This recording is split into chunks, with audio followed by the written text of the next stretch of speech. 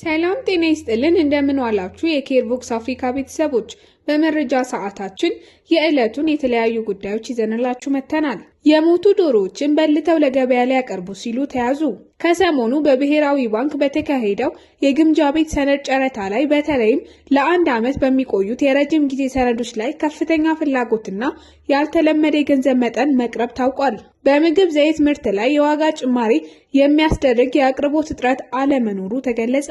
የአዲስ አበባ ትራንስፖርት ቢሮ ያለ ረዳት አገልግሎት የሚሰጡ የህዝብ ማመላለሻ ተሽከርካሪዎችን እቀጣለሁ አለ። በጋምቤላ ክልል ማረሚያ ቤቶች በምግብ ምትክ የሚሰጠው 75 ብር ካለው የገበያ ዋጋ ጋር ባለመጣጣሙ ታራሚዎች ለችግር መዳረጋቸው ኢሰማኮ አስታወቀ። ውድ አድማጭ ተመልካቾቻችን እነዚህን በሰፊው ለመስማት እንዲሁም ሌሎች መረጃዎች እንዲደርሳችሁ ቻናሉን ላይክ፣ ሼር፣ ሰብስክራይብ ያደረጋችሁ ቤተሰብ ይሁኑን። ትኩስና የተረጋገጡ መረጃዎችን ያገኙ።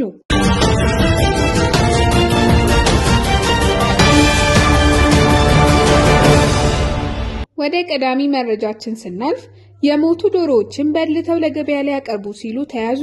ድርጊቱ የየካ ክፍለ ከተማ በሾላ ገበያ የተፈጸመ መሆኑን የአዲስ አበባ ከተማ አስተዳደር ደንብ ማስከበር ባለስልጣን አስታውቋል። ግለሰቦቹ የሞቱ ዶሮዎችን በማረድና በማሸግ በተለያዩ ሱቆችና ሆቴሎች ለማከፋፈል ሲዘጋጁ በነበረበት ሁኔታ የተያዙ መሆኑን ያመለከተው ጽሕፈት ቤቱ በዚህም የታሸገ ዶሮ በቁጥር 100 ተበልቶ የታሸገ የተዘጋጀ 42 ተይዟል። አጠቃላይ 142 የሞቱ ዶሮዎችን ለህብረተሰቡና ለሆቴሎች ከማከፋፈላቸው በፊት እርምጃ መወሰዱን ባለስልጣኑ አስታውቋል። ከዚህ ቀደም የነበራቸውን ተመሳሳይ ስራ በተመለከተ የተገለጸ ነገር ግን የለም። ወደ ቀጣዩ መረጃችን ስናልፍ ከሰሞኑ በብሔራዊ ባንክ በተካሄደው የግምጃ ቤት ሰነድ ጨረታ ላይ በተለይም ለአንድ ዓመት በሚቆዩት የረጅም ጊዜ ሰነዶች ላይ ከፍተኛ ፍላጎትና ያልተለመደ የገንዘብ መጠን መቅረቡ ታውቋል። መንግስት ለዚህ ሰነድ 4.8 ቢሊዮን ብር ለማሰባሰብ ኢላማ አድርጎ የነበረ ቢሆንም ጠቅላላ 8.5 ቢሊዮን ብር ቀርቧል። ይህ የቀረበው መጠን ከመንግስት ኢላማ በ75 በመቶ ብልጫ ያለው ሲሆን በዚህም ምክንያት መንግስት ከእቅዱ በላይ 1 ቢሊዮን ብር በመጨመር 5.8 ቢሊዮን ብር ለመቀበል ችሏል። በአጠቃላይ ደግሞ መንግስት 32.5 ቢሊዮን ብር ለመሸጥ አቅዶ በጠንካራው ፍላጎት ምክንያት 37 ቢሊዮን ብር ተቀብሏል። ከዚህ ቀደም በገበያ መርህ ላይ የተመሰረተው የግምጃ ቤት ሰነድ ጨረታ ከጀመረ ወዲህ ተጫራቾች፣ ባንኮች እና የጡረታ ተቋማት በአብዛኛው ትኩረት የሚያደርጉት በአጭር ጊዜ ከ1 ወር እስከ 3 ወር ተመልሶ በሚከፈል ሰነድ ግዢ ላይ ነበር። ለአንድ ዓመት የሚቆይ ክፍያ ላይ የነበራቸው ፍላጎት ግን በእጅጉ ዝቅተኛ ሆኖ ቆይቷል። ሆኖም አሁን የታየው ይህ አዝማሚያ ለውጥ መምጣቱን እንደሚያሳይ ተገልጿል። የፋይናንስ ባለሙያዎች ይህንን የረጅም ጊዜ ሰነዶች የፍላጎት መጨመር በጨረታው ተሳታፊ የሆኑት የባንኮች የገንዘብ ክምችት እየጨመረ መምጣቱን የሚያሳይ ጠንካራ ምልክት እንደሆነ ይወስዱታል። የገንዘብ ሚኒስቴር የበጀት ጉድለቱን ከገበያ በሚሰበሰበው ገቢ ለመሸፈን የግምጃ ቤት ሰነድ ሽያጭን እንደ አንድ ዋና መንገድ እንደሚጠቀምም ይታወቃል። በሌላ ዜናችን በምግብ ዘይት ምርት ላይ የዋጋ ጭማሪ የሚያስደርግ የአቅርቦት እጥረት አለመኖሩ ተገለጸ። በምግብ ዘይት ምርት ላይ የአቅርቦት እጥረት አለመኖሩን የአዲስ አበባ ከተማ አስተዳደር ንግድ ቢሮ አስታውቋል። ከቅርብ ጊዜያት ወዲህ በተለይም በመዲናዋ አዲስ አበባ ከተማ በምግብ ዘይት ምርት ላይ የዋጋ ጭማሪ መታየቱ ይታወቃል። ከዚህ ጋር በተያያዘ የአዲስ አበባ ንግድ ቢሮ የኮሚኒኬሽን ዳይሬክተር የሆኑት አቶ አሸናፊ ብርሃኑ በሰጡት መግለጫ በመዲናዋ በምግብ ዘይት ምርት ላይ የዋጋ ጭማሪ እንዲኖር የሚያስችል የአቅርቦት እጥረት አለመኖሩን ተናግረዋል። አክለውም በሰንበት የገበያ ማዕከላት ላይ የዘይት ምርት በ1364 ብር እየተሸጠ እንደሚገኘው ጠቁመዋል። የምግብ ዘይት ምርት በሰንበት ገበያና በገበያ ማዕከላት በቅናሽ እንዲሸጥ የሚደረግበት የገበያ ስርዓት መኖሩንም ገልጸዋል።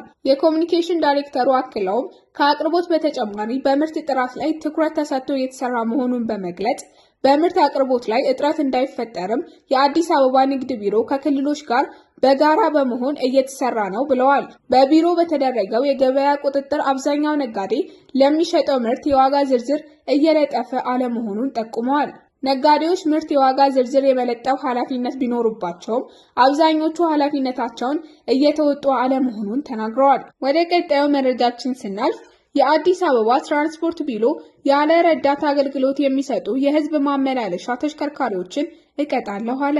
ቢሮው ያለ ረዳት አገልግሎት የሚሰጡ ታክሲዎች በከተማዋ እየበዙ ነው ያለ ሲሆን ከዚህ በኋላ በመመሪያው መሰረት ረዳት የሌላቸውን ታክሲዎች እቀጣለሁ ብሏል። የአዲስ አበባ ትራንስፖርት ቢሮ የትራንስፖርት አገልግሎት ክትትልና ኢንስፔክሽን ዳይሬክተር አቶ ጌትነት ታመነ ያለ ረዳት ማሽከርከር ገንዘብ በመቀበል ገቢና ወራጅ በመቆጣጠር የሾፌሩን ትኩረት ስለሚሰርቅ ለአደጋ ያጋልጣል ብለዋል። ኃላፊው ከዚህ ቀደም ለሌሎች የትራንስፖርት እንቅስቃሴዎች ብቻ ትኩረት በመስጠታችን ረዳት ያላቸውና የሌላቸውን ተሽከርካሪዎች የመለየት ውስንነት ታይቶብናል ብለዋል። ከዚህ በኋላ ግን የታክሲ ረዳት መኖር አንዱ የትራፊክ ደህንነት አካል በመሆኑ ሁሉም የህዝብ ትራንስፖርት አገልግሎት ሰጪ ተሽከርካሪዎች ላይ ክትትል እናደርጋለን ብለዋል።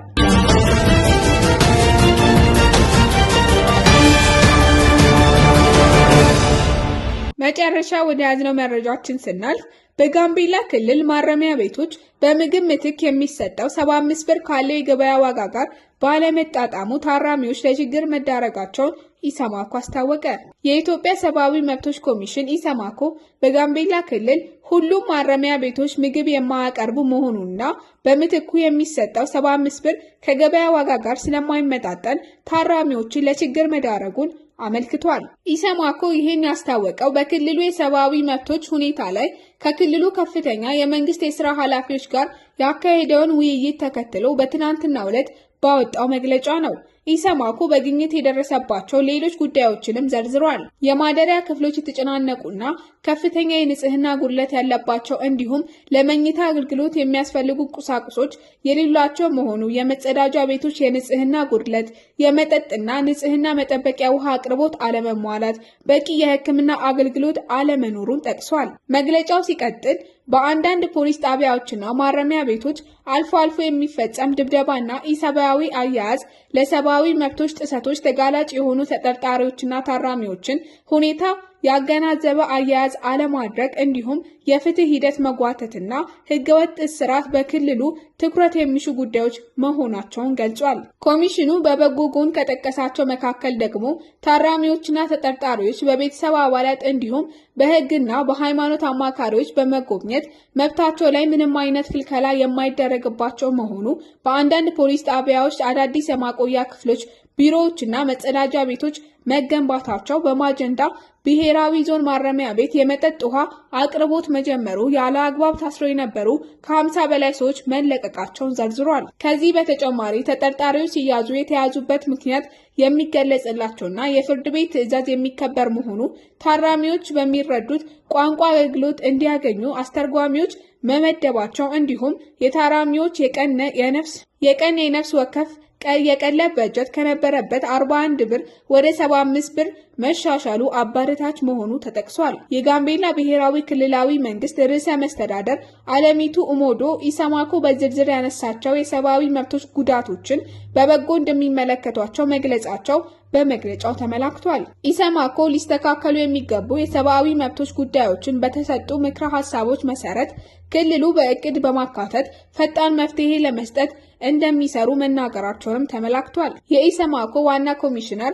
ብርሃኑ አዴሎ በበኩላቸው በክልሉ አልፎ አልፎ የሚከሰቱ ግጭቶችና ጥቃቶች ዳግም እንዳይከሰቱ ጠንካራ የቅድመ መከላከል ስራ እንዲሰራ፣ የስደተኞች፣ የአካል ጉዳተኞችና ተማሪዎች እንዲሁም የሴቶችና የህፃናት መብቶች ሁኔታ ተገቢ ትኩረት እንዲሰጠው ጠይቀዋል። ዋና ኮሚሽነሩ የሰብአዊ መብቶች ጥሰቶች ፈጻሚዎችን በመለየት ተጠያቂነትን የማረጋገጥ ስራዎች እንዲከናወኑ፣ በማረሚያ ቤቶችና በፖሊስ ጣቢያዎች በህግ ጥበቃ ስር ያሉ ሰዎች ሰብአዊ መብቶች አያያዝ እንዲሻሻል ለማድረግ የሚያስችሉ እርምጃዎች እንዲወስዱም፣ ተጠርጣሪዎች ለተራዘመ እስራት የሚዳረጉበት ሁኔታ እንዲታረምም እንዲሁም የተጠርጣሪዎችና የተከሰሱ ሰዎች የተፋጠነ የፍትህ የማግኘት መብት በተሟላ ሁኔታ እንዲተገበር አሳስበዋል።